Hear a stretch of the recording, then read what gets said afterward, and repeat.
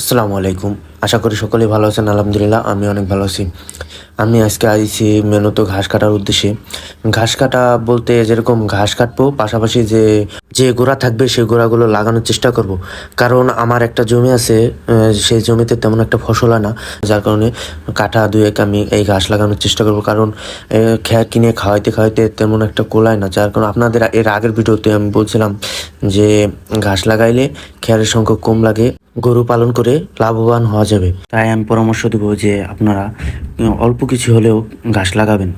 ঘাস খাওয়ানোর পাশাপাশি হালকা পাতলা যদি খ্যার খাওয়ান তাহলে আপনার বেশি ভালো হবে। ঘাস কাটতেছি, ঘাস কাটা শেষে তারপর যে গোড়া থাকবে সেই গোড়াগুলো আমি আমার যে ভুঁই আছে ভুঁইতে লাগাই দেবো। ভুঁইতে এখন আপাতত লাগাবো না, যার কারণে আমি এই ঘাসের যে আগাটা আছে সেই আগাটা নিয়ে যাব। কিভাবে কি ঘাস লাগালে ভালো হবে ইনশাল্লাহ পরের ভিডিওতে আপনাদের দেখাবো ঘাস লাগানো। আপাতত গরুর জন্য যে ঘাস নিব সেটাই আপনাদের মাঝে শেয়ার করব। যেহেতু আমি কম বেশি সবকিছুই আপনাদের মাঝে শেয়ার করি, তার জন্য ভাবলাম যে এই ঘাস কাটা ভিডিওটাও আপনাদের মাঝে শেয়ার করি। তাই আর দেরি করলাম না, আস্তে আস্তে করে গাছগুলো কাটা শুরু করলাম। গাছগুলো অনেক চুলকায়, হাতে লাগলে অনেক চুলকায়, যার কারণে আস্তে আস্তে কাটতেছিলাম। কাটা শেষ করলাম, এখন বাড়ির দিকে রওনা দিলাম ঘাস নিয়ে। ইনশাল্লাহ ঘাসগুলো নিয়ে আসলাম বাড়ি। তারপরে এখন আমার মনে করেন যে ঘাসগুলো আনলে হবে না, ঘাসগুলো কেটে ছোট ছোট করে দিলে ঘাসগুলো খায় বেশি, গরুতে পছন্দ করে বেশি। আমি সবসময় চেষ্টা করি ঘাসগুলো ছোট ছোট করে দিতে।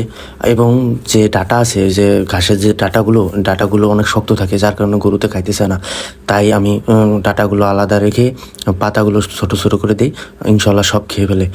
আপনারাও চেষ্টা করবেন ডাটাগুলো আলাদা রেখে তারপরে ওই যে পাতা আছে পাতাগুলো সুন্দরভাবে ছোট ছোট করে দিবেন। দেখবেন ইনশাল্লাহ একটা পাতাও থাকবে না। এবং এই যে ডাটা থাকবে ডাটাগুলো লাগাই দিবেন। লাগাই দিলে পরবর্তীতে আবার গরুরে খাওয়াইতে পারবেন যদি জায়গা থাকে পর্যাপ্ত পরিমাণ, তাহলে আপনারা লাগাই দিবেন গাছগুলো। এবং আর একটা বিষয় হলো কি, গাছগুলো যদি আপনি জালি থাকতে ছোট ছোট থাকতে যদি কাইটে আনেন না, ওই নরম থাকে ডাটাগুলো, ওইগুলো খাওয়াই দেওয়া যায়। আর যদি একটু শক্ত করে আনেন তাহলে এই ডাটাগুলো আলাদা করতে হয়।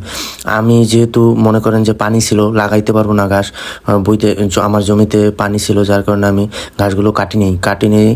এই জন্য যে ডাটাগুলো শক্ত হবে, ওই ডাটাগুলো আমি কেটে আমার জমিতে লাগাই দেবো। কিন্তু আরেকটা জিনিস হলো কি, যেহেতু আমার গরু হলো 2টা, যার কারণে আমার বেশি একটা ঘাস লাগে না, তাই বেশি কাটতেও সময় লাগে না। তাই বটি দিয়ে আস্তে আস্তে করে আমার ঘাসগুলো কেটে ফেললাম। আজকের মতো আমার ভিডিও এই পর্যন্তই। আপনাদের আমার ভিডিও দেখার জন্য ধন্যবাদ, এবং আমার পেজটি ফলো দিয়ে আমার পাশে থাকবেন সবসময়। আমার জন্য দোয়া করবেন, আমার ফার্মের জন্য দোয়া করবেন। আসসালামু আলাইকুম।